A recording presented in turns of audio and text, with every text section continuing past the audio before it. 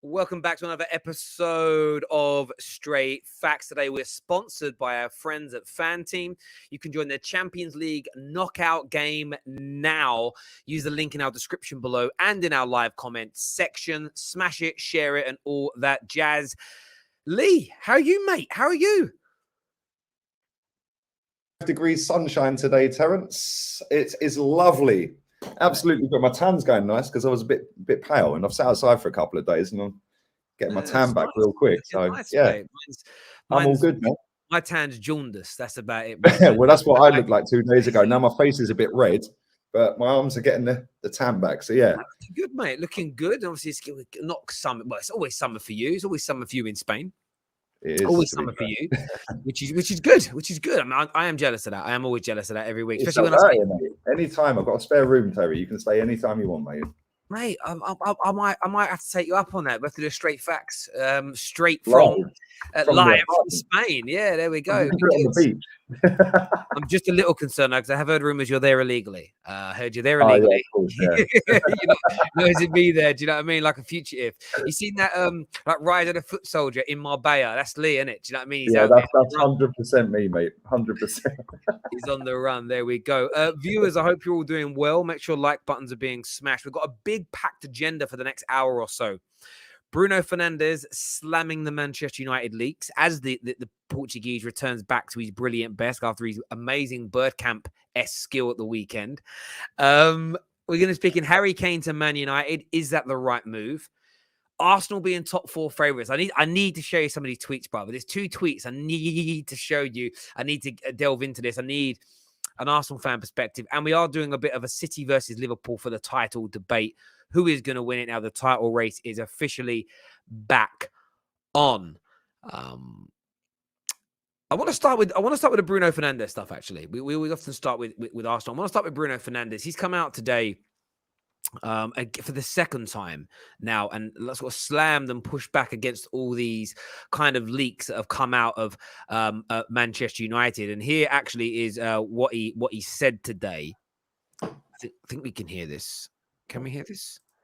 I can't hear it. Can you hear it? No. Right, I'm going to try and... Oh, no, why I can't hear it. I've got the wrong settings on here. Hang on. Something that is... Can you hear that now? Yeah. I saw the game, the goal of Age, and I'm seeing Paul running behind him, sliding on his knees. Happy for him, everyone. I was slapping his head and saying that finally you score with that big head. So I think, honestly, it's just people making... trying to complain and making histories about this club, because we know that when someone talk about this club or about some player of this club, they go around the world with their voice, and is that something that they want? So it's kind of essentially, in terms of what he's saying there, is he did it after the, he's kind of saying how like they keep reading all these stories in the media. There doesn't seem to be they don't believe there's any truth to it. Everyone's happy that Maguire scored. In fact, he said in an interview after the game against Leeds, he said in the week, he put a picture out where he was walking between, I think, Eric Bailly, it might have been Varane. And I think his Insta post was like, I feel safe and secure between these two. And he kind of meant, he said, I meant it because they're both big men. And it's like, you're surrounded by 2 big guys. It's that. He went, but people twisted it into me having a dig at Maguire. He went, Maguire just wasn't in the photo. He said, but nor was Victor Lindelof, and nor was Phil Jones. He went, it's just crazy. So I'm, as a United fan, I'm kind of happy that Bruno's coming out and he isn't doing the stereotypical sort of tweet of this is a lie from the media, and then the media call him out and says nothing. He's actually coming out and like giving specific examples and explaining what's going on. I like when Bruno Fernandes does this, because it's kind of refreshing to hear someone speak off script. Does that make sense? Like normally such generic answers to things, and he's kind of just come out and been like, it's just nonsense, the level of BS. I mean, it does go to show, doesn't it, that this kind of conversation that goes on now on socials, footballers know what we're saying, don't they? They hear what's being said on social media. 100%, mate. They watch everything. Yeah, like any one of these footballers that let's say they go and watch the Man United highlights just to see how they look on screen, because obviously they're in the game. Yeah, let's say they want to go and see the Man City highlights and they're driving back and they ain't got it on the bus or whatever. Yeah, Man City Tottenham, for example. Right. As soon as they've gone on that, the suggested video afterwards might be your show. Yeah, it might be my show. Could be AFTV. It could be Turkish. It could be anybody because it'll come up suggested. Then when you reload the app 2 hours later, it'll then pop up with another video. That might be you. Yeah, so they do see it. Footballers watch it. There'll be footballers watching you. Maybe not today, but they've watched before. Yeah, same as me, same as every other person that's on here. And it's the same on Twitter. It's the same on Insta. Yeah, these footballers do see quite a bit. Yeah, and the thing is, like the way social media works, it's just like, everyone wants to be seen as, oh, look at this, I've broken news that nobody else has broken. Yeah, or oh, I can make a story out of this and then it'll go viral. And that picture you just said, I haven't seen the picture. But it's just a picture with a couple of his teammates. What's the issue? But somebody wants to twist that, then that snowballs and snowballs and snowballs. And then all of a sudden it's now a big thing. Then it goes into the media, then it goes onto YouTube channels and people start talking about like we are now. And it's just ridiculous. It's just a picture, man. But unfortunately, mate, there's thousands and millions of people that just want to convert everything into, oh, he's slagging this off and he's slagging that off. No, he ain't. Yeah, he's just playing football. He's playing well at the moment and he's safe with 2 of his teammates. Whoopie-doo. Yeah, no, I agree. Look, I've always looked at it from this point of view. Do I believe that there hasn't been issues in the dressing room? No. Do I believe that players haven't been leaking information? No, I don't believe it's as clear cut as that. Where I think it does become crazy is that they think that players are sitting there and sending shots at each other. When Rashford posted a picture when he was on international break of him, I think Lingard was in one of the pictures and his misses. So, that's definitely a dig at Mason Greenwood. And I just looked at it. I don't think that it is. Rashford shouldn't not be allowed to post a picture of him and his girlfriend or him and his wife. I know they're not married or any player because of what Mason Greenwood had done. You're trying to, this is where it goes wrong for me. See, I think with that, sorry to cut you off. I think with that one, I think that was just poor timing. Yeah, that was just bad timing. That's it. There is an element of that, and I kind of get it. Because of the PR that Marcus Rashford has, I can see why people took that out of context. And I hear that. I just sometimes feel like, as you say, with things like the Bruno one's a great example. I'm just trying to look for it here. Like, in terms of him posting that and people are like, oh, that's him having a go at Maguire. It's like, you kind of putting 2 and 2 together now and getting 150,000. You're so far off the mark, in my opinion. It's crazy. I just sort of my take on it. But I'm kind of glad that Bruno's coming out and calling these things out. I think that I said the other day, I believe that some information has been leaked. We've seen that some information has been leaked. Do I think that Maguire, and this is the crazy thing, and this is where sometimes as fans I want specificity. So do I feel like there was a bit last week around a meeting with Ronaldo, Maguire, and the manager about his captaincy? And the way that was kind of portrayed was almost like boardroom, tea, coffee, biscuits, like a proper meeting, like a business meeting. That's very easy for Rangnick to deny and be like, that didn't happen. Is there a possibility that Rangnick's had some conversations with Maguire and other senior players around, do you feel comfortable keeping it? Make other senior players, look, do you feel like it's a good or a bad thing to take it? Like that kind of conversation is normal in any workplace. Those things go on, and it's how these things are sometimes presented. What I kind of want is the truth. And I just like how Bruno Fernandes addresses these things. It's sort of like, this is what's really going on. I don't think that we all get on well. This is nonsense. And I think what I did call for last week is that the players respond. And I felt we did kind of get that response against Leeds. Yes, we conceded 2 goals in 60 seconds, which was mad. But we then fought back from that point, and I felt like the team were together. And it was an old-fashioned game. You must have loved it. Like, you watched football like I did from the 80s and the early 90s, where there was just crunching tackles, slide tackles everywhere. It was like the ball sticking in like sometimes passes not going to where they were meant to go. That used to happen a lot. Yeah, it's just good to see Bruno kind of come out. And it's also nice seeing Bruno Fernandes like back to his best as well, scoring. Like that assist for the final goal, one of the best assists I've ever seen in my life. Like that touch over the defender. Oh, it was class. It was class. I can't believe people are playing it down like it was like a fluke. Like one guy tweeted me today and said, officially, Terry, that's an incomplete move because the defender got a touch on it. And I'm like, but the reason that the defender couldn't control it is because he was spun inside out.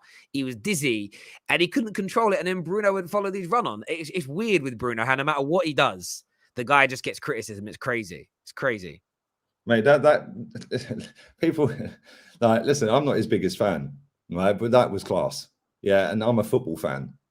Yeah, and when you see good football and you see good play, you just go, wow. Yeah, and that was a wow moment. Yeah, that was wow. What? I need to rewind that. Yeah, and I rewound that about 4 or 5 times. I was like, wow, he did that. Yeah, we know he can do that. We just don't see it often. Yeah, and you don't see that often from many players, even the best on the planet, you don't see it from. So when you do see something like that, it's like, wow. How anyone's playing that down is mad. Yeah, like, I find it crazy. And you know what's interesting though? Bruno, again, I felt I know it's only late in the game, but when Ronaldo was off the pitch, he just looked better.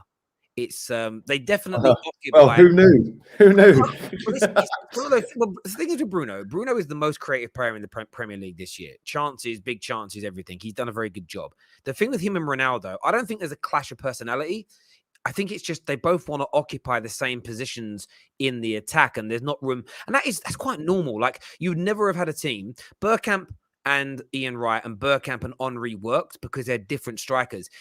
Henry and Ian Wright would never have worked together as central number 9s. It would never have worked because they both want to be in similar positions and in similar places. You know, you need to be, Ruud van Nistelrooy and Rooney worked because one was the number 9, one kind of sat back. Teddy Sheringham and Shearer.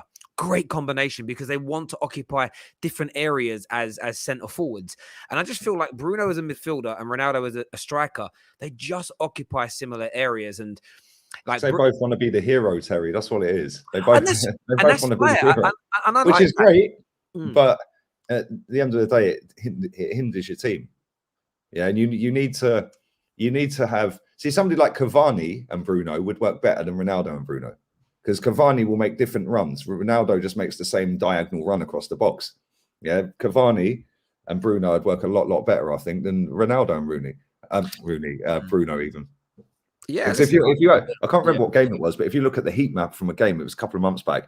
Yeah, they literally were both in the same space for the whole 90 minutes. Yeah, and I think it was the Champions League game. It might have been Atalanta. I think maybe, but if you look at the heat map I'll find the game. Yeah, but if you look at the heat map, they both occupied pretty much the same space. It's almost like they were side by side. Yeah. No, I hear you. I completely agree. I think that it's sometimes just the partnership isn't working, the connection isn't quite there, and I think that's something we need to. The problem we've got is that Cavani's never fit. The club are not going to drop Ronaldo. It's just, and that's the crazy thing, but. It's almost like we look ahead of next year. And what's really sad about the Ronaldo situation is this. We need to buy a prolific number 9 next year, without a shadow of a doubt. Manchester United need a prolific number 9, someone that's going to come in, someone that's going to deliver, someone that's going to make us a better team. Harry Kane could be that individual. Harry Kane is now linked with the move to us. There's, of course, the talk about Harry Kane being the guy really centers more around if Poch comes in as manager. But Harry Kane to Man United, do you see that as being? Would that be a good move for both player and club, or not? Is he another one of those players who's just a little bit too old now?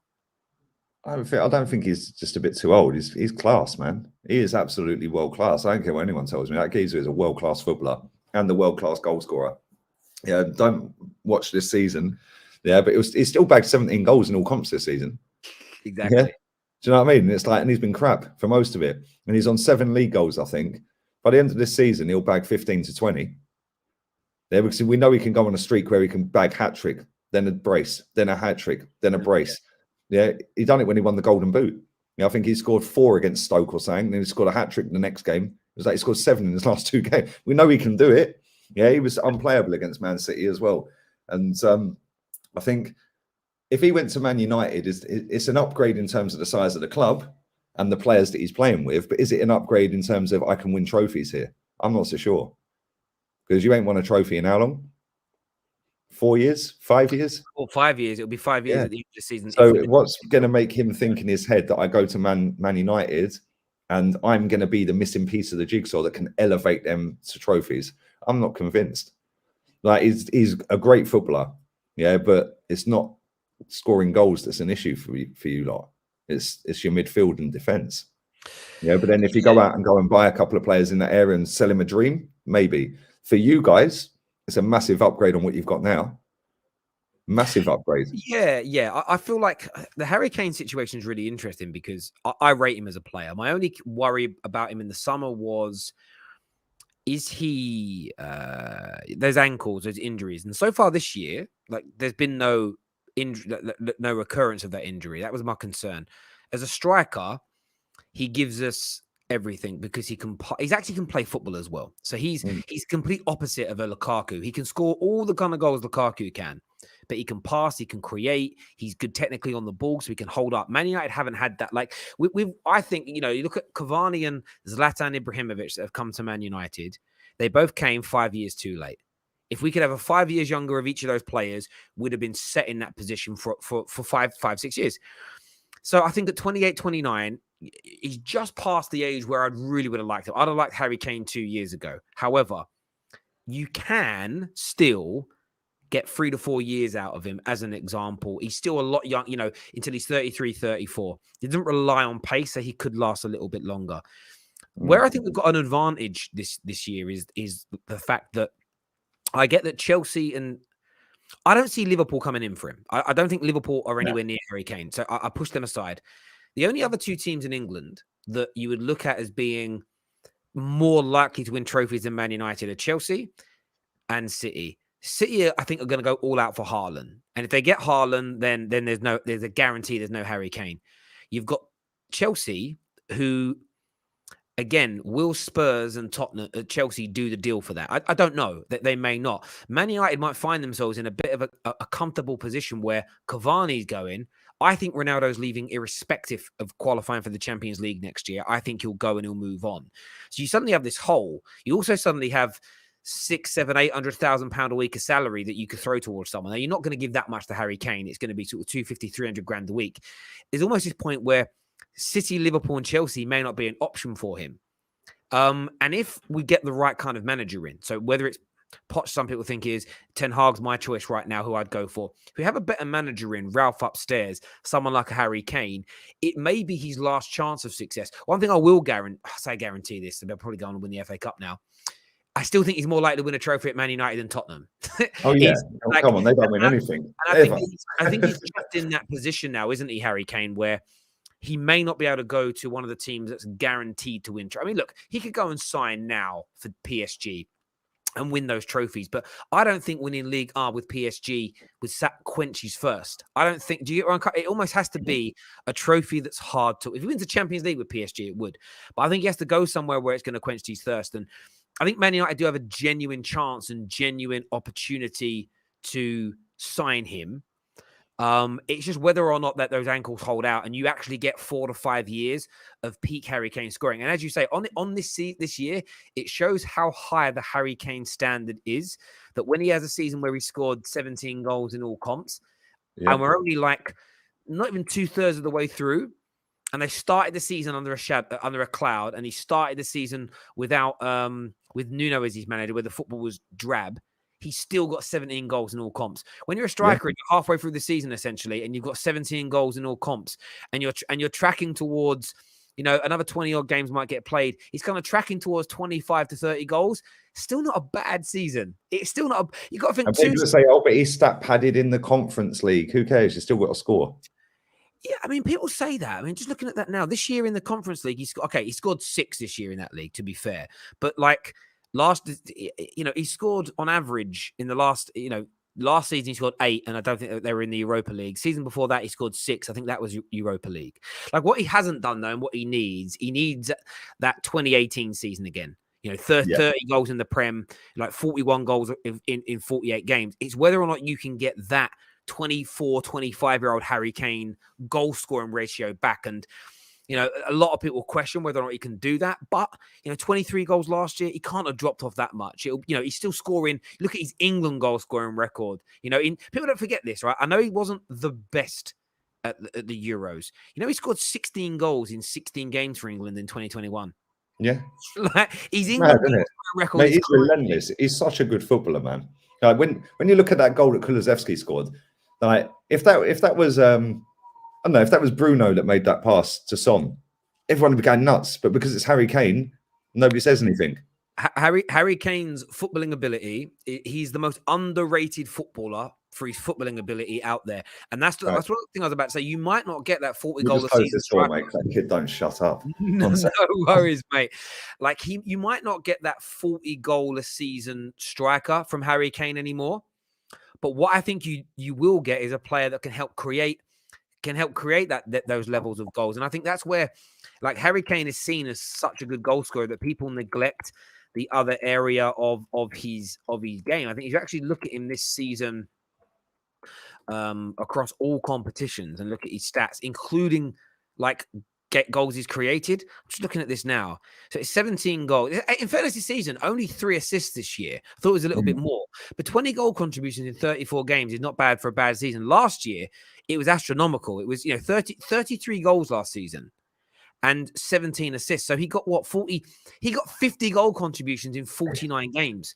So and I think and on top of that, how many chances does he create that others don't put away with his passing? So I think what you do get with Kane is you get someone that's going to score and create between 30 and 50 goals a season for you. So if you can pick him up maybe for 70, 80 million pound, he could be an absolute godsend to a Chelsea, to a City, to a Man United. I think he'd be very good business indeed. Very good. No, mate, listen, he's a quality player. Wherever he ends up, he's going to score goals. If he went to Man City, it'd go off the charts, mate. It'd break records left, right, and centre if he was at City with the chances they create. Yeah, Man United, I think he'd do well. I think he would do well. It's just whether he wants to take that chance on, this is the last part of my career. Am I guaranteed to win something? I'm not sure you are. Yeah, your club's a bit of a mess. No, mate, I agree. I agree with you on that completely. I think that the Man United element is tough in terms of wherever he goes. I think he'll do a good job, but I don't know whether he's. I just can't. Sometimes you look at these things and it's like, I just get this little feeling in my stomach where I'm like, I just don't feel like we're the right move for him. And I don't, some Man United fans are going to disagree with that, but I just feel like I just don't feel like we're the right move for him at this moment in time. But he might be left with very little option. It might end up being you stay with Tottenham or you go to Man United, and then he's got to hedge his bets really and do what he think is best for him. But viewers, what's your take on Harry Kane?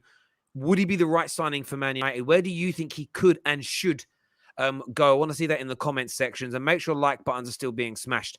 Comment here. World Cup question. Who holds the record for the most goals scored in one single World Cup match?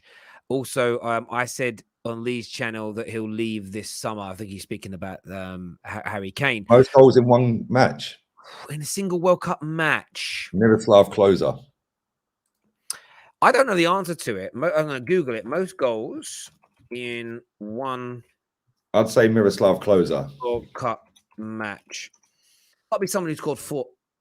Hang on, match. Coming to talk. I got most. Oh no, most goals scored in a World Cup game, not by an individual player. Most goals scored in a single match is 12, and this was in 1984. Sorry, 1954. Switzerland 5, Austria 7. I think that's what he means by a player. We'll just get that. We'll get that now. By a player.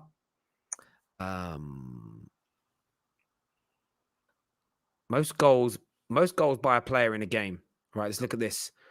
So in 1994, Oleg Slalenko, who plays for Russia, scored 5 in one game against Cameroon. And then it's 4, and then Eusebio, Just Fontaine, and players I've never heard of have all scored 4, but this stuff happened in the 50s and 60s and 30s. And then it's loads of people on hat tricks, essentially. Harry Kane's in there, Ronaldo's in there. That Ronaldo hat trick, remember against Spain, that was special. That was. Oh, that was a joke. Most goals in a match was that game there. Strip here says, "Come on, Chelsea," but you both should be happy till next time. Well, we both won at the weekend, so we are both happy with our clubs, I would assume. Well, we play Atletico tomorrow night, so that could change. I want to speak. We're going to do title race a little bit later, ladies and gentlemen. We're going to debate the title race later, but I wanted to speak about Arsenal because I'm seeing some madness right now, and not. There's 2 things. I know that you've had a bit of beef with AFTV, right? In terms of some of the things they put out, right? But on this, I was really frustrated at the weekend because I see it. you And seen I'm the going to video. ruin you in a minute. Say what you're saying. No, it's not like ruining me, right? I want to speak about it from a point of view of a lot of Arsenal fans on socials. We spoke about them many times on the terrace. Are very, very positive, almost to a level of toxicity, where if you're not as positive as them, you get slammed. At the weekend, in the build up to the weekend, I saw a lot of tweets like this one, and we shared this on the football terrace. And this tweet was very much talking about how Arteta in 2 years has won a trophy, rooted out the rats and media informants, changed the culture, got rid of dead wood, built a spine, developed young players, trimmed the wage bill, Sounds clear good, doesn't it? strategy, top 4 favourites, my manager 100%. So I see a lot of like tweets like that. Mm. And then you see someone go on AFTV and essentially repeat that in video form. And look, that lad, I just thought he was having a bit of a laugh and a bit of a joke. And I just thought to myself, I giggled at it. He was fine. He also did a bit of Heavy D tribute. We got Martinelli. And I thought, fair play. I miss Heavy D, great guy. But I saw that guy getting stick from the same toxically positive Arsenal fans who preach positivity. And then what I started seeing, this isn't really an AFTV thing. This is more about Arsenal fans owning themselves, being the positive Arsenal fans that say they're top 4 favourites owning it. Then what I've sort of seen in the last 3 or 4 days, like never before, is this type of notion. I'm going to get this picture up in just a second. I just misplaced the picture.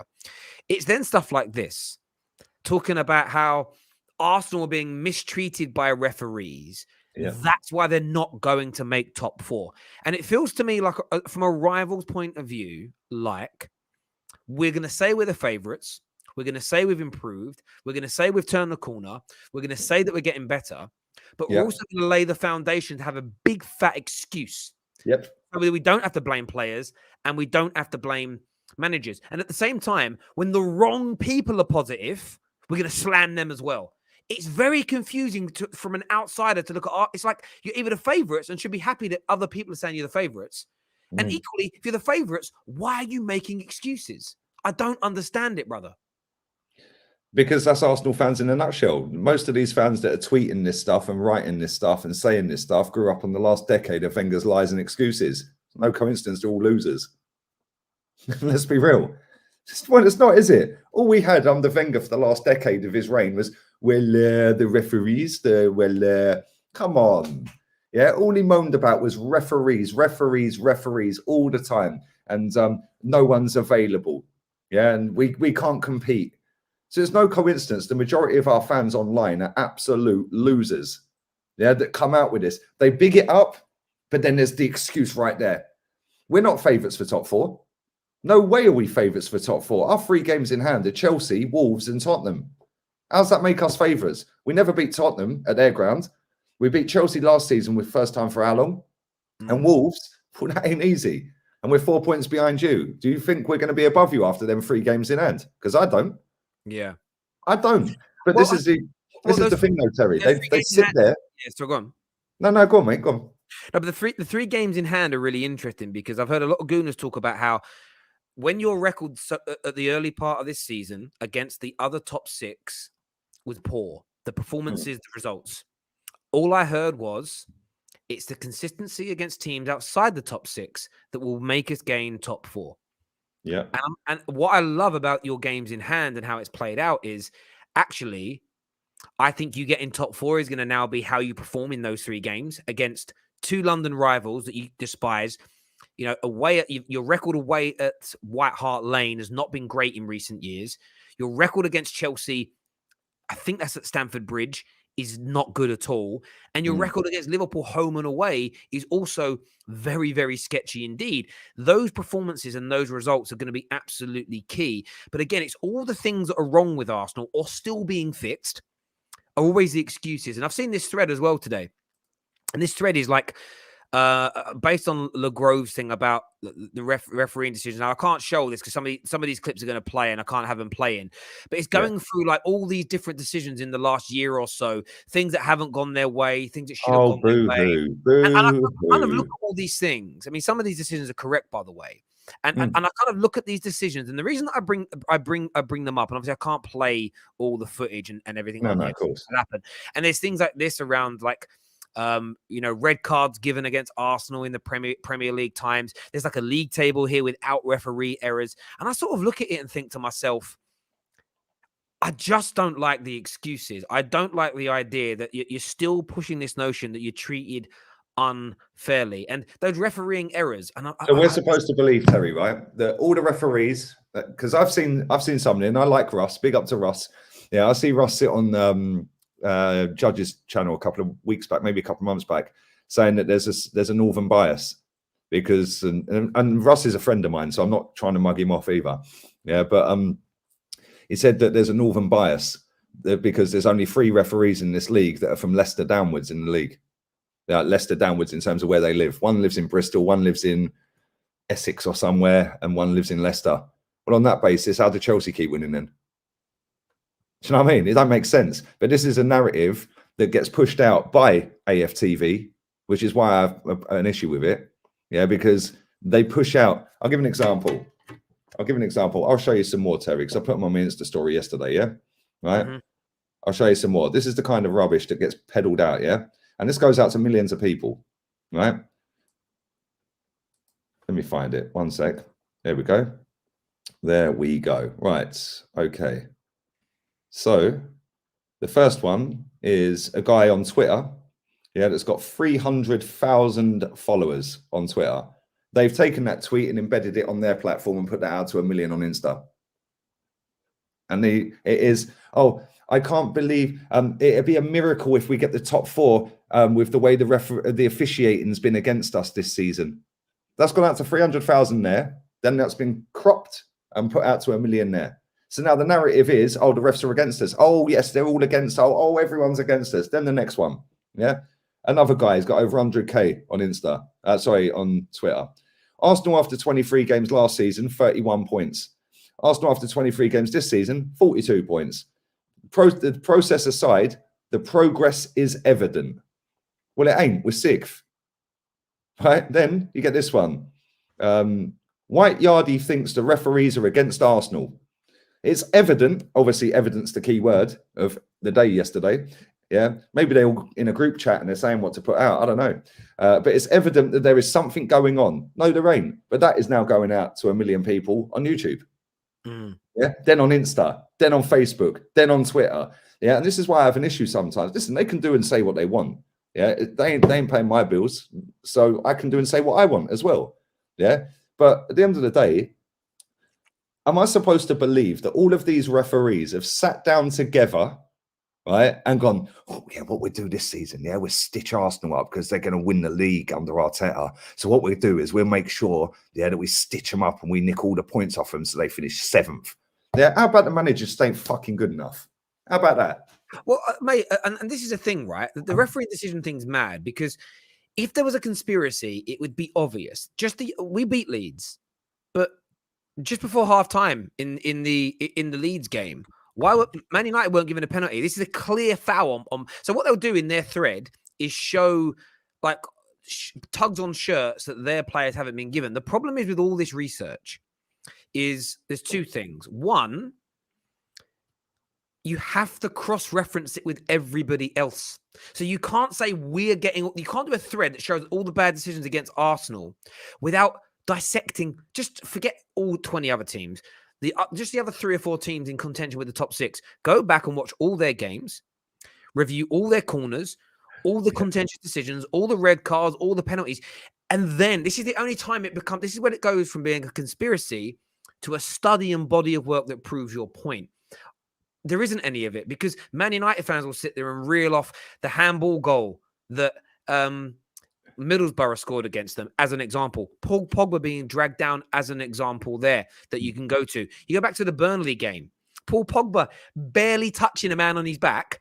2 days later, you say there's a northern bias. So Pogba lightly touches Burnley player on the back. We'd have gone 2-0 up. I think we'd have won the game if we'd have gone 2-0 up at that point, right? 2 days later or a day later, a London team, do you remember? Tottenham player in the back of who were they playing? And they came back against him in the 9 minutes. Southampton, right? Yeah. Tottenham player. I want to say it was Emerson Royale smashed through the back of the Southampton player with an elbow. From that winning of that header, he goes on to score. you have to do a full body of work. It's very easy as a fan to remember all the decisions that go against you and do a long thread to go, there you go, there's the proof. On the other side of it, with all the threads of these are the refereeing errors that have gone against us. Build that out. Who said these were errors? You? Yeah. Other Arsenal fans, a journalist, referees. Did the referees associations come out and say we made mistakes? I'm not suggesting that they haven't. I'm saying show us why they're errors and who said they're errors. Because you sit in there and say, you know, one of the worst league tables I see is VAR overturns have gone against you, and it's like, see, look how many overturns have gone against us. I'm like, bro, that you're reading it the wrong way. That means you were given the wrong decision in the first place. Exactly, the right decision, or subjectively into a right decision. These things happen. I also remember, obviously, Jess does the other Straight Facts podcast with us. I remember having a chat with her, building up to a show we were doing, and she was fuming. And she's talking, and her and other Arsenal fans are going on about this situation here where Arsenal were being charged by the FA after the flare-up with the penalty that was conceded. And then from that flare-up led to the red card. And I remember her and lots of other Arsenal fans talking about, it's just us. No one else gets charged. No one else gets in trouble. Why is it only us? I can't believe it. Loads of people surround referees and don't get in trouble. It's only, and I saw it all over socials. Arsenal thing, Arsenal thing, Arsenal thing, Arsenal thing, Arsenal thing, Arsenal thing. Yeah, up until a few days ago, where Man United have been charged by the FA. Terry always comes with receipts. It's common practice. The problem is this is what happens. And I'm a little bit more fortunate now because I cover all the teams. When you actually get Arsenal fans to be truthfully honest, United fans to be truthfully honest, Liverpool fans to be truthfully honest, and say to them, how many games of Man United's to an Arsenal do you actually watch? And what you'll find, they'll say is, I watch it when they play Chelsea and when they play us, when they play the big six. Yeah, they look at stats. That's it. You're not watching 50. I would almost guarantee. I would say 80% of all Arsenal, all Tottenham, all United, all top six fans. I'll make it quicker.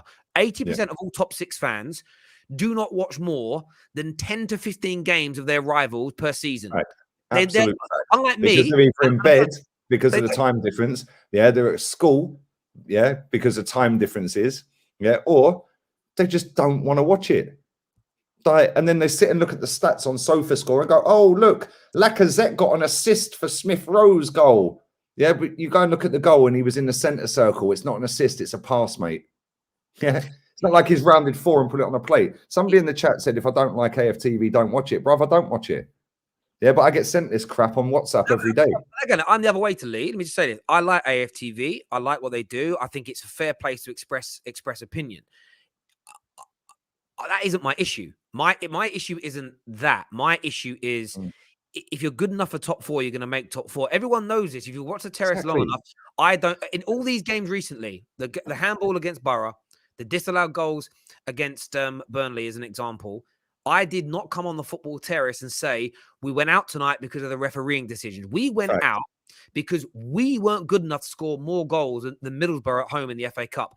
We scored 3 goals in the first half against Burnley. Right, we came out in the second half asleep and we conceded. These things happen. There was a foul on Bruno Fernandes before Aston Villa got back into that game. There's a stamp, on Bruno Fernandes, and I've only just remembered this now, where I think it was Luis stamped on the back of him before they scored their goals. Now, again, I could turn around and go, right, see, that should have been a red card, down to 10 men. That's why this happened. We've seen these things go on. I'll give you the opposite. Yeah.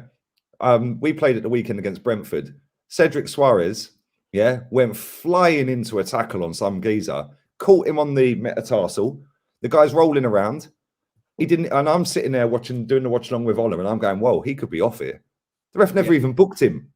Yeah, never booked him. Then when we played you, do you remember we played you and we took the throw in? Yeah, and then we passed the ball around a little bit, and then Aubameyang dinked De Gea, and your whole defense and goalkeeper stopped because they all thought it was offside because the lino put the flag up. Do you remember? Yeah. And then and I think that was the game we beat you. Actually, I think that was the game. Yeah, that was the first time we'd beaten you at Old Trafford, or maybe a draw, whatever it was. Right? It went to VAR and they gave the goal, but your whole team stopped because the lino put the flag up. Yeah. So what? VAR's against us. Well, it weren't then, was it? It weren't at the weekend against Brentford when Cedric should have been sent off. There hasn't been when Granit Xhaka's getting away with pulling shirt after shirt after shirt whilst on a yellow. Cedric against whoever we played the other day, I think it was maybe Burnley. No, Wolves. Yeah. Against Wolves, Cedric could have been sent off 3 times in that game because he was on a yellow and he was making dumb challenges. Same with Xhaka. Yeah, same with Partey. It's a madness. But it's only when it goes against you and you lose. Oh, we're losing. Oh, we're blaming the refs. I know this was years ago, but I've seen Arsenal Man United games, and this is why the conspiracy thing annoys me, right? Do they change? Is it like every year they're paid off by a different group? Referees, this was years ago, but it's relative in the sense of Jack Wilshere headbutted Fellaini in front of the referee and didn't get a red card. We all remember he did it. My point is, when do these conspiracies start and end? When the referee gave Arsenal a penalty against West Ham and sent the West Ham player off incorrectly, when did that conspiracy start? Last year when West Ham had a player sent off for clearing a ball and his follow-through from the clearance, he raked someone afterwards and it got rescinded. Was that a conspiracy against West Ham? Somebody's just put in the chat Mike Riley. Yeah, Mike Riley is the head of referees, right? Yeah, and Arsenal fans have this conspiracy in their head that Mike Riley, because he let Rooney get the penalty. I think he was the ref in the 50th game when he gave the pen. Yeah. Oh, he's got a conspiracy, and it's no coincidence that now they've all got it in for Arsenal because he had it in for Arsenal, and now he's sat as the head of referees. What a load of rubbish! Yeah. The fact and reality is this manager ain't good enough, and some of these players ain't good enough. Yeah. Where's the Man City? Did Man City have a problem? No, because they're good enough and they've got a better manager. Yeah, they'll still have issues. They'll still not get given stuff. Yeah, I watch a lot of Man City. I'm on loan to Man City, of course, because I'm a fake fan. Yeah, but I watch a lot of football, Terry, yeah, and so do you. I know you do, yeah. You probably watch more than me, right? But between us, we probably watch maybe 70% of the games over the course of a season. I watch every Arsenal game. Apart from this Thursday. I'll be honest with you. I would say I don't watch every game because sometimes they're on at the same time. But I would say you'll watch every Man United game. I watch 95%, and I see bad decisions go against everybody. You know, I saw Wolves lose to Man City because a ball hit someone's chest and then bounced to the chest and hit the underside of the arm. Never a penalty, but it was given. And I've seen Man United get some very dubious decisions that have gone our way in the past. But I've also seen rivals have those same things happen to them as well. The problem for me is, so getting into a debate with someone that's done their research and has all these examples is they'll school you in a debate when they've got the examples ready. But it wouldn't take more than 3 or 4 hours to sit there and just look back at through this season, last season, or historically at decisions that have gone against you. And what annoys me is the overriding, unyielding, unequivocal claim of Man United definitely pay refs. It's like, well, if we definitely paid refs, how would they have given Didier Drogba's offside goal, which cost us winning the league? There's no way that we've just made me realize a great point, Terry, right? Remember they used to call it Fergie time, right? Up until I think it was 2010. I think it was 2010 or 2011, right? Arsenal had scored more goals in stoppage time than Man United in the Premier League. But the conspiracy from other fans is, oh, it's Fergie time. It's Fergie time. No, Arsenal had actually scored more goals in stoppage time than you lot. I don't know if that's still the case now, but under Fergie, up until 2010 or 11, I remember hearing it on TalkSport, and they broke it all down. And it's like, but this is the thing, and this is why I get the ump sometimes, because I want the best for my football club. There's people in here going, oh, you're a fake fan, you're anti-Arsenal. No, I'm anti-bullshit, mate. That's what I am. I'm anti-rubbish. I'm anti-fake fan. So you're and when right. I say fake fan, there's a lot of these people that don't have a clue about Arsenal, that don't educate themselves about Arsenal. There's people that are sitting, when I say fake, how many people in here that support Arsenal know that Herbert Chapman played for Tottenham? But he's got a statue outside our ground. He's also got one in Tottenham. He's also got one at Huddersfield as well. But nobody knows that because they don't educate themselves, Terry, right? And that's what winds me up. And then these platforms, will put out the biggest idiots who just want to scream and shout and yay, go and ask that guy anything about Arsenal. He hasn't got a clue what he is talking about. And people like that wind me up because then they're the kind of people that tell me I ain't got a clue and I'm fake. I want the best for my club. So if you look at this was in January 2013, so it may have changed since then. But up until January 2013, Fergie was still the Man United manager. In the Premier League era, Arsenal and Chelsea had scored 85 goals in injury time. Man United had scored 80. So again, nothing computes. And someone said this to me, and someone didn't say this to me. I heard this in the debate once where somebody said Fergie pays the refs for extra injury time to win games. And someone's rebuttal was this. He went, where does it say in injury time that only Man United can score goals? Exactly. So why don't Why you? is it Man United score so many goals? They keep going. That's why. Why don't you score it? If you're 1-0 up against Man United and there's 5 minutes of time added on, score a second, then we definitely lose. But you don't. And it becomes like it's a crazy thing. And look, United scored a lot of goals in that time period. But as I say, for me, it's the level of conspiracy theory that gets put out that frustrates me. It isn't the fact that you feel hard done by a particular decision. And some of the decisions in these threads that I've read, I look at and think, yeah, you're right, actually. That was a bad decision. That's a bad decision. Oh, look, I can see that. I'm looking at some of them in this thread now. I can't show them because the footage. No, sorry, we can go through the 15 of them, yeah? Right? I could go through all 15 of the red cards we've had under Arteta, yeah? Thomas Partey against Liverpool, nailed on red. Yeah, Granit Xhaka against who did he get sent off the other day? Who did he get sent off the other day? Liverpool. Oh yeah, against Jota, yeah, nailed on red, right? Gabriel Martinelli, nailed on red. And the reason that's a nailed on red, because people would disagree on that one. When you're going for a tackle, you're not trying to stop the game. You're trying to win the ball. He deliberately tried to stop the game being restarted, and then he chased the geezer and tried to stop the game by pushing him over. Yeah, 2 cynical fouls, 2 yellow cards, ta-ta. Nicola Pepe against Leeds, that's a red card because he choked him. That's now 4 straight away that are red cards. Yeah, then we've had, what's his name? What's his bloody name?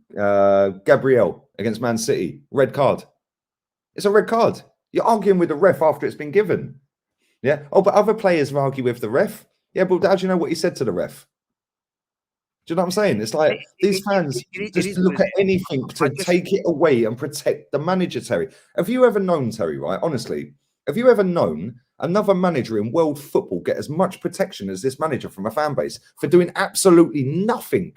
I've never seen a fan base, and when I say protect a manager, I never see a fan base that are so confident in their style, their manager, their balance and everything, turn around and say, but the referees will take it away from. I've never seen a fan base this like deluded in the referee conversation when they're so confident in their team. For me in sport, over the course of a season, I can actually understand you could be in a cup final or a cup game, and the referee, if you get a bad red card, you get a bad penalty against you, it can cost you that tournament because on that individual game, you could go out.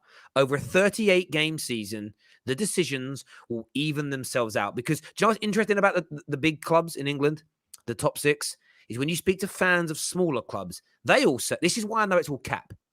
Every fan base thinks the media has it in for them. Every fan base thinks the referees have it in for them.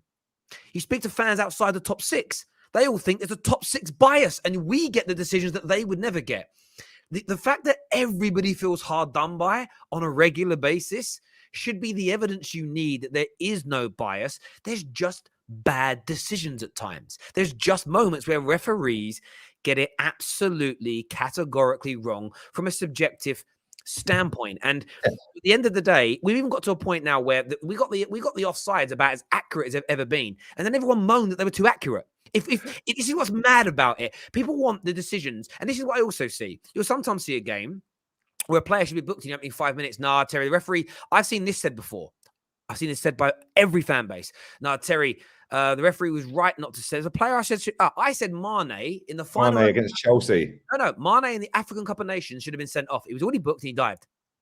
And Second yellow. And everybody said, no, you do not ruin the occasion of the game. Oh, what's the occasion? No, you play well. So that's not the letter of the law anymore because of the occasion. Exactly. And this is what happens with football fans. When they want a red card and they want there to be like 100% to go by the rules, it's fine. Then when it's Jens Lehmann, you shouldn't have sent him off in the opening 5-10 minutes of a cup final. Do you want the rules to be adhered to 100%, or do you want common sense to prevail? McTominay at the weekend probably should have been sent off, but we could see. But we saw from early on in the game. But at the same time, you mentioned Pogba. Yeah, where he barely touched the guy. Yeah, was it Burnley? Yeah, and he didn't get it. So the point is, if there was a conspiracy against it, they wouldn't have disallowed the Burnley goal just to let McTominay get off with a red card against Leeds. It doesn't make sense. Arsenal fans, honestly, mate, right, are the most weird fan base of any flipping global sport, let alone football. It's always a conspiracy. We've got the best young players in the world. Yay, Saka. Yay, Smith Rowe. Yay, Ramsdale. Okay, well, how comes we're not sat top of the table then, mate? Yeah, how comes Chelsea have got 7 or 8 of their Cobham players in their squad and they win stuff? They've won more in Europe in the last 12 months than we have in our entire history with Project Youth, by the way. So it sounds good and it makes you sound like an ultra positive fan. Yeah, look at me. Oh, I'm amazing. Yeah, best young players in the world. Okay, cool. How long before Saka leaves? There's already talk he's going to Liverpool. How long before Smith Rowe leaves? Then what? Oh, but they're snakes. They're this, they're that. Yeah. If these players are that good, they wouldn't be at Arsenal. Let's be real here. Yeah. If they were that amazing, they will end up leave. Yeah. They'll end up leaving. They'll go City. They'll go Barca. They'll go Madrid. They'll go Man United. They'll go wherever. Yeah. They'll go Chelsea. I'm telling you now, them 2 that I just named and Martinelli you can throw in there will not be here. What year are we in? 2022. They won't be here by 2024.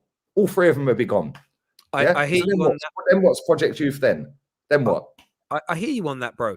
Comment Pathetic. here. Sorry, I'm sick of it. The aim of elite sport is to win the major honours, not finish 4th, right? The aim of going into a competition is to win it. Yeah, I don't care if we're building something for the future. How about build it for now? Yeah, I've waited 18 years for this club to fulfill the promise that they did when they smashed that stadium down. And people go, "Oh, you're so toxic." Guess what, mate? You lot weren't even born when they smashed that stadium down. Yeah, and if you was probably knee-high to a grasshopper. So don't come tell me, that I'm negative because I want to win a title. It's not my fault you lot are losers. Yeah. There's a comment here, and this is the point. Again, I forgot about this one. Newcastle should have had like 3 penalties against Arsenal. Exactly. The Arsenal fans conveniently leave that at the thread. Well, I remember one in that game where I think the goalkeeper took out one of their players, and again, not given. And this is the point. If there was a conspiracy, like that penalty would have been given again. I don't care about that we had bad decisions against us. It's the we are being targeted element. It's pathetic. Yeah. It's against us. They're targeting Arsenal. Why, out of all the teams, Terry, would they target Arsenal? We don't win the league, so why would they target us in the league? It's just as you say, it's a convenient excuse for a reason to cover this manager. And the reason they cover this manager is not because they believe in the manager. Because I'll say this to you now, yeah. I'll say this to you right now, and I said this the other day to judges, yeah, when I was on his channel. If Jurgen Klopp or Pep Guardiola quit their job right now, go straight onto Sky Sports cameras and say, I want the Arsenal job, how many of these Arteta people that love him off would say, no, we don't want him? None. They'd all want Pep or Klopp. So stop with this facade that you will rate this manager. You don't. It's traction on the internet you rate because it's fashionable to rate the manager. How many of the biggest accounts on Twitter, Insta, YouTube, Facebook, and any other social media platform for Arsenal, yeah, how many of them are Arteta out? 0. None. How is that even possible? How? How is every single major big account, all the biggest following, Arteta in? Why? Because you get more traction. I think what's going to be really interesting is come the end of the season. Sorry, I've been shouting a lot. No, it's cool, mate. It's cool. It's cool. You talk to me about Arsenal, I get angry. Marcy here says Arsenal scored. We're going to go through some of these super chats now. Arsenal scored against United when De Gea was down and the play had. Yeah, that's the one I was on about. Yeah. Yeah. Look, and I look at this way again. Technically and legal, in terms of the letter of the law, there was nothing wrong with that goal. There wasn't. However, it's one of those things where if it happens the other way around, it would have been in that thread, in my opinion. Enigma here says, bro, the ref and the pundits been hating since Wenger. Brought all them foreign players and changed the English way of doing things. Less aggressive, less fouls, with the most red cards. Listen, brother, I need to be honest with you.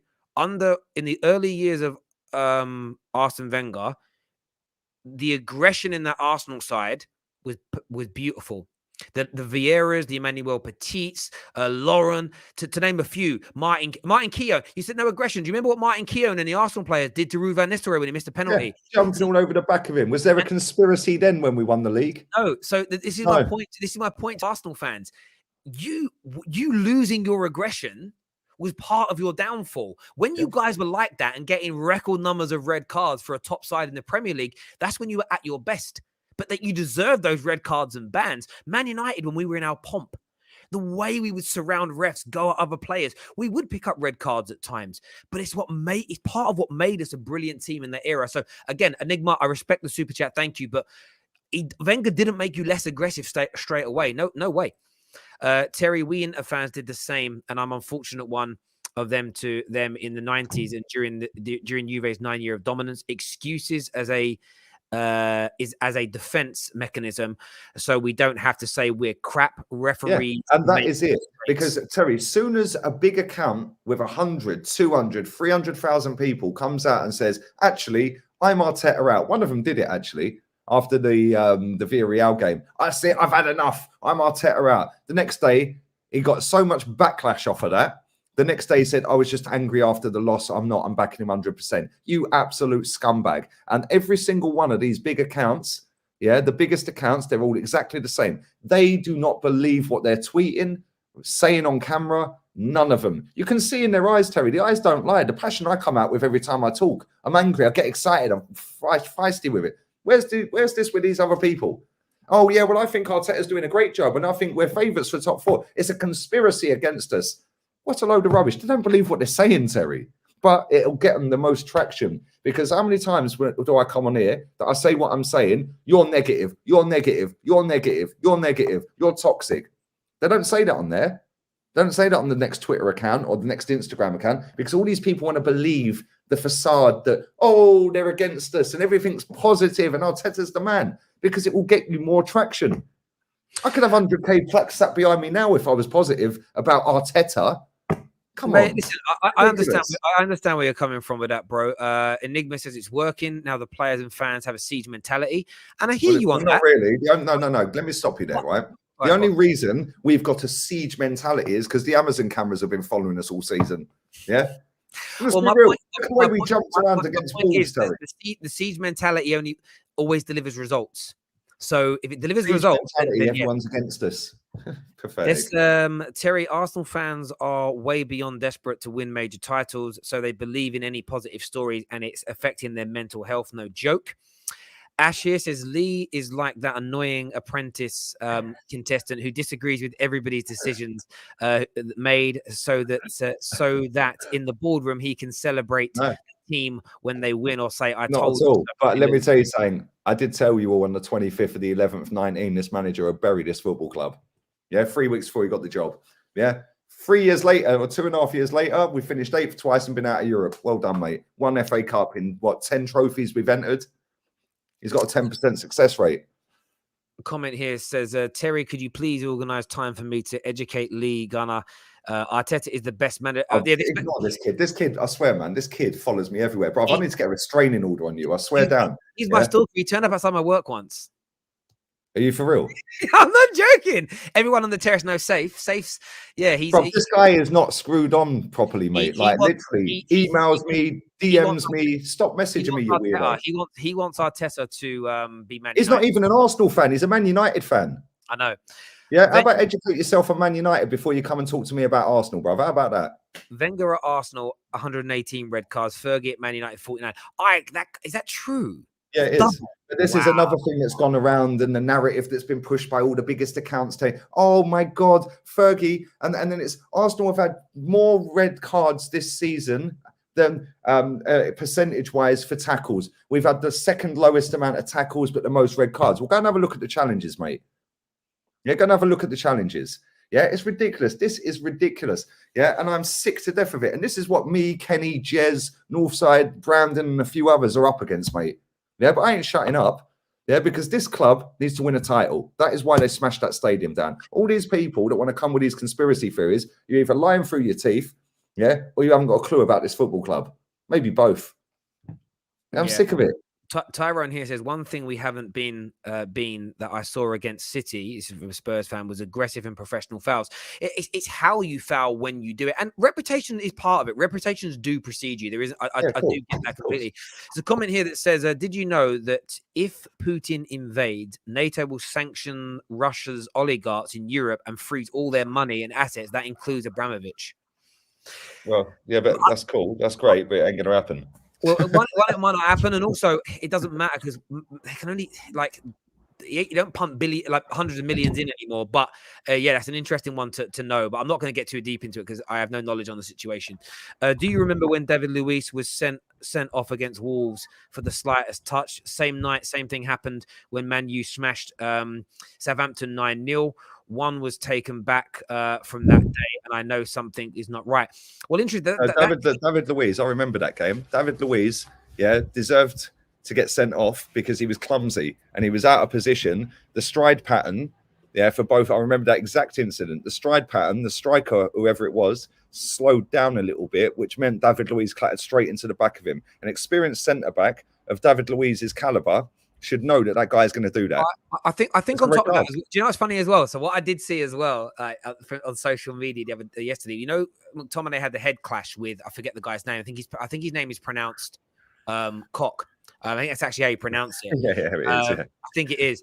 He head clashed with Cock, and everyone's like, he should be sent off. Look at the blood. Look at the blood. I was like, do you remember when David Luiz fractured Jimenez's skull by missing with header? Head clashes I've never seen a head clash ever where there's a challenge or like that where anybody's been booked or sent off. So it's like you're asking for the rules to be changed to suit you. It's crazy to me. That's ridiculous. David Luiz shouldn't have been sent off either because I've never seen anybody sent off for head clashes. And listen, that's a 1 in a billion what happened to Jimenez, mate. Like I've never seen that in football ever. Like off a corner on a header, never. Yeah, and funny enough, that guy is going to be the first game back at the Emirates on Thursday for that guy. Yeah, that's going to be weird for him, isn't it? Yeah, it's going to be a very, very strange one for him. Very quickly before we end, title race, Liverpool. Do you think they could now 3 points behind it if they win tomorrow against Leeds? If they win that game, can you see them winning the league title and getting themselves in front of Man City? Mate, the fact they're even in a race is a miracle. Yeah, when Salah and Mane went to the AFCON, I don't think they lost a game. I think they won every single game, and they drew with us in the League Cup. Yeah, so mate, they've done fantastic. But it's what happens when you've got a proper manager. They've took their 2 goal scorers out of the team to go to the AFCON, and they've still win. Like they're in it, and it's going to go all the way to the death. And it's now how Man City deal with it. You know, Man City losing to Tottenham, I don't think anyone expected that, if I'm honest. And especially when Marius scored that penalty in stoppage time, and then you think, right, well, that's it, a draw. And then they go and nick it. But, mate, I think the thing with City is they've got too many match winners. Yeah, they've got way too many. And they've got the better manager, in my opinion. But Liverpool have now got the bit between their teeth, and they're now on a roll. I think they've won, like, 5, 6 straight games, 7 straight games or something. Yeah, and considering City had won, like, 12 or 13 in a row the other month, it's kind of mad, really, that they're even in a title race. So I'm going to go with the this. game against each other is probably going to be the deciding factor. The game is going to be absolutely massive. For me, though, if Liverpool beat Leeds tomorrow night, I'm going to predict Liverpool to win the league. And I think I can't go against my team, Terry. I'm on. I know you can't. You don't want to be ostracized from that fan base as well. I just feel like momentum, and sometimes think of it as a game. You know, sometimes in a game you can be 2-0 up, but you can see the very early goal in the second half. And how many times have we seen that team come back, get the second, and then win it because momentum's on their side?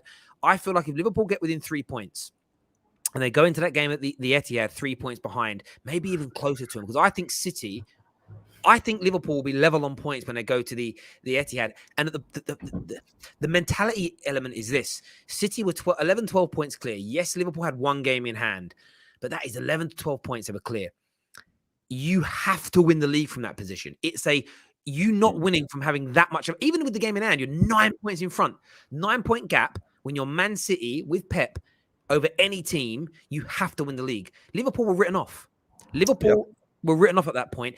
Even if Liverpool don't win the league from this point, they were already written off from sort of the Christmas period. So all the pressure is now on Man City. Oh, Man City, yeah.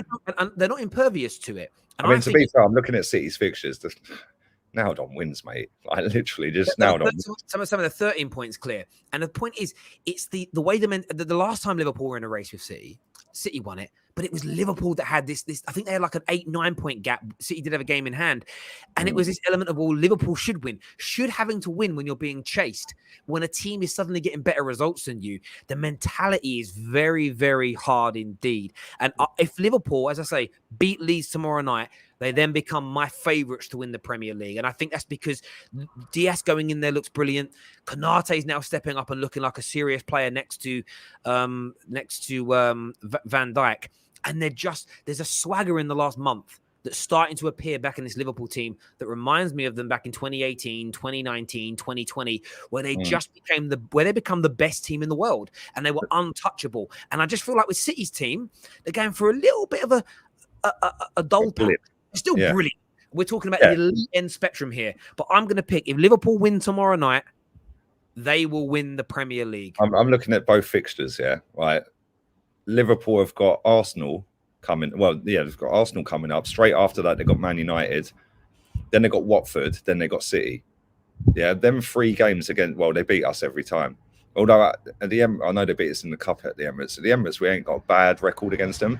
But then to go against you lot straight after that, and then they'll beat Watford, and then they've got City.